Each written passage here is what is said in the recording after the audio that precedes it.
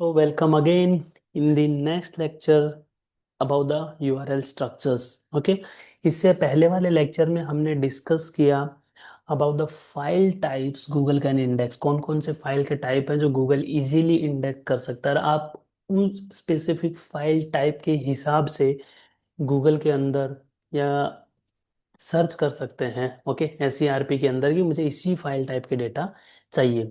ठीक है, so let's go more deeper about the URL structure.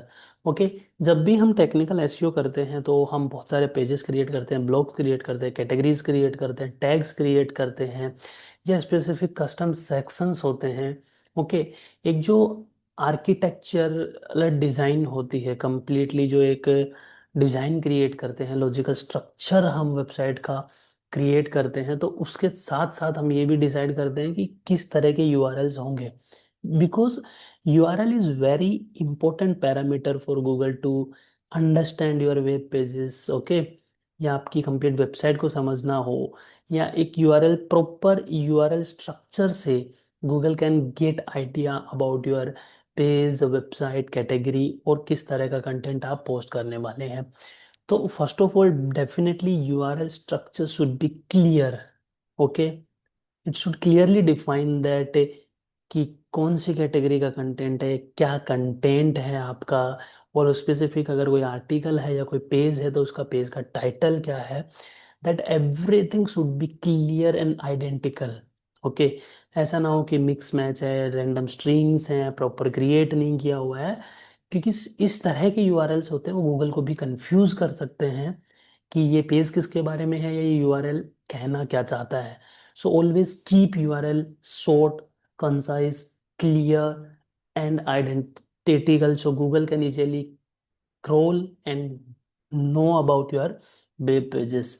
Okay, so URL structure best practice. Okay, to make sure the Google search can crawl your website effectively, use a crawlable URL structure that meet the following requirement. Okay, if URL don't meet the following criteria, Google search will likely crawl your site in efficiently. Okay, include but not limited to extremely high crawl rate or not at all. Okay, so requirements for crawlable URL structure, उनके requirements क्या है? So follow IETF standard 66 structure.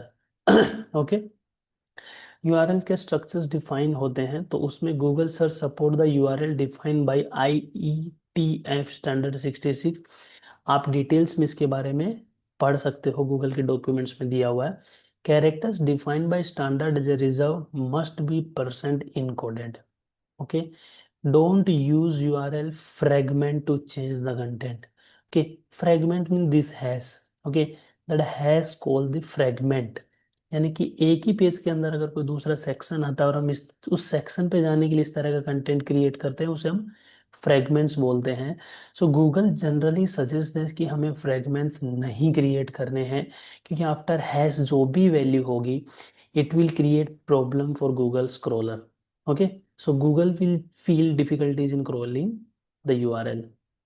Okay, use common encoding for URL parameters. Okay, when specify URL parameters, use the following common encoding and equal signs to separate the key value pair and add the additional parameters.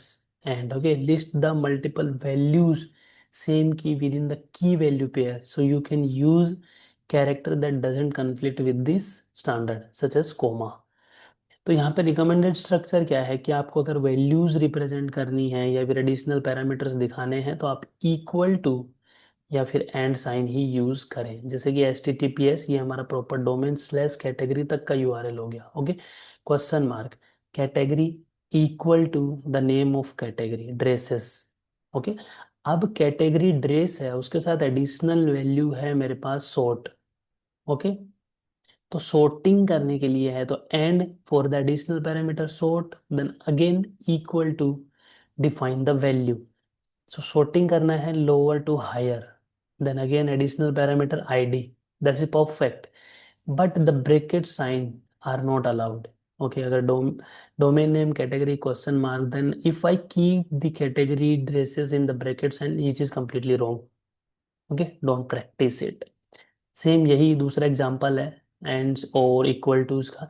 Using a comma is list multiple values for the key, an equal sign for the separate key value pairs, and and is for additional value. So let's see, ये पूरा domain category. Okay, category equal to value represent करने के लिए dresses, additional value के लिए and colour. अब colours के अंदर बहुत सारे कलर्स हैं, तो उस टाइम पे आप कोमा का यूज कर सकते हो, पर्पल, पिंक, साम। Okay, so that is very simple कि अगर आपको बहुत मल्टीपल वैल्यूज दिखानी हो, ओके, एक स्पेसिफिक पैरामीटर में, तो आप कोमा का यूज कर सकते हो। This is completely wrong, double comma या ऐसा कुछ भी नहीं चलेगा। This is very important, make it easy to understand your URL structure. Okay, आपके यूआरएल स्ट्रक्चर को एकदम इजी क्रिएट करो, या फिर it should be easy to understand by the crawler, even the by humans. आपका यूआरएल स्ट्रक्चर देख के ही idea लग जाए कि किस तरह इस वेबसाइट के ऊपर किस तरह का कंटेंट होगा, या इस पेज के ऊपर किस तरह का कंटेंट होगा। आप यहाँ पे कीवर्ड्स भी यूज कर सकते हो यूआरएल्स के अंदर, but it doesn't mean that आप 2 से 3 कीवर्ड्स यूज कर दो, वो कीवर्ड स्टफिंग यूआरएल में ही हो जाए, और it can be confusing for the Google. Okay, for the crawlers. So किस तरह का सिंपल यूआरएल्स हो सकते हैं? यूज डिस्क्रिप्टिव यूआरएल जो प्रॉपरली डिस्क्राइब करे। Example, example domain name dot wiki dot aviation. Okay, not recommended, इस तरह के जितने भी ये जिस तरह के रैंडम स्ट्रिंग्स ये रिकमेंडेड नहीं है, क्योंकि इससे कोई आइडिया नहीं लगता है कि ये यूआरएल किसके बारे में है। कि use your audience language.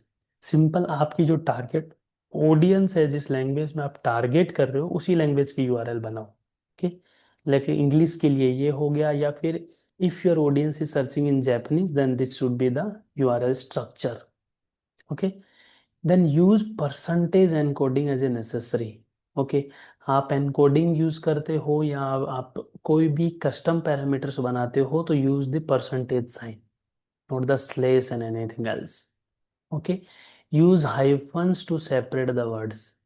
Okay, अब आपके यूआरएल में मल्टीपल वर्ड्स हैं जिनको आपको सेपरेट करना है। Son always use the hyphens. Okay, don't never use the underscore which is completely wrong. Okay, so always use the hyphens. Use a few parameters as you can. Okay, कुछ parameters आप उसमें add कर सकते हो अपने URL structure में। So when ever possible shorten the URL, trimming the unnecessary parameters mean parameter that don't change the content. Okay, आप unnecessary parameters और उन सबको ट्रिम कर सकते हो जो एटलीस्ट कंटेंट को चेंज ना करता हो, या यूआरएल की मीनिंग को चेंज ना कर सकता करता हो। जैसे कि इज, द, एम, आर, और ये जितनी भी ग्रामेटिकल चीज़ें हैं या एडिशनल वर्ड्स हैं, वो हम रिमूव कर सकते हैं सर यूआरएल में से। So be aware that URL are case sensitive, but obviously कि यूआरएल्स जो भी हैं वो कैच सेंसिटिव होने चाहिए, कैपिटल स्मॉल से कोई फर्क ना पड़े। For multi-regional sites, okay, if your site is multi-regional, consider URL structure that make easy for geo target your website. For an example, how you can structure your URL using the local specific URLs. Recommended क्या है? सब domain. Okay, दूसरा option है सब directories. इस तरह से आप क्रिएट कर सकते हो। ये डोमेन है, ये सब डायरेक्टरी है स्पेसिफिक लैंग्वेज के लिए। Okay, avoid the common issues related to URL, most important. बहुत सारे कॉमन इश्यूज हैं जो आपको अवॉइड करने हैं यूआरएल स्ट्रक्चर डिजाइन करते time. Additive filter for the set of items. Okay, hotel properties at value rates. Okay, so sort settle और question mark, ये जो है ये sorting वैल्यू है, या फिर हम कोई भी पैरामीटर सर्च करते हैं तो ये स्ट्रिंग आती है सर्चिंग के ऊपर, या कोई ऑपरेटर को यूज करने पे, ये सब आपको अवॉइड करना है। ठीक है, जैसे कि यहाँ पे भी सेकंड एग्जांपल वही है, जो रैंडम स्ट्रिंग्स आती हैं हमें सर्च करने के बाद, ये सारी चीज़ें हमें अवॉइड करना है। इररिलेवेंट पैरामीटर्स नहीं होने चाहिए यूआरएल में। Okay, no headers, then show thread और products, some URLs which are completely irrelevant to the page, वो कभी यूज मत करो। It will pass the negative information और wrong information to the search engines. Okay, then calendar issues. A dynamically generated calendar might be linked the future previous date, so no restriction on start और end date. Okay, calendar specific URLs हमें use नहीं करने चाहिए, avoid करने चाहिए। Broken relatively link जितने भी URLs हैं वो हमें अवॉइड करने चाहिए। Fixing crawling related URL structure problem. So if you notice that Google search is crawling these problematic URL, we recommended that following. Consider using the robot.txt, block the problematic URLs that consider the dynamic, such as the URL that generate the search results. इनमें से किसी भी तरह का URL हमें दिखाई दे तो तुरंत हमें robot.txt फाइल का यूज करके उन सारे के सारे यूआरएल को इंडेक्स होने से रोकना चाहिए। Okay, and if your site have faced the navigation, learn more about the. Okay, so ये इसमें हमने कंप्लीटली डिस्कस किया कि यूआरएल स्ट्रक्चर्स आप किस तरह से डिजाइन कर सकते हो, क्या हमें अवॉइड करना है, क्या हमें ऐड करना है, रिकमेंडेशन स्ट्रक्चर्स क्या हैं और कौन से ऐसे स्ट्रक्चर्स हैं जो हमें कंप्लीटली अवॉइड करना चाहिए। Okay, so thank you so much for your time. Okay, in the next lecture we will discuss about the links. Okay, which is very important part of the technical SEO.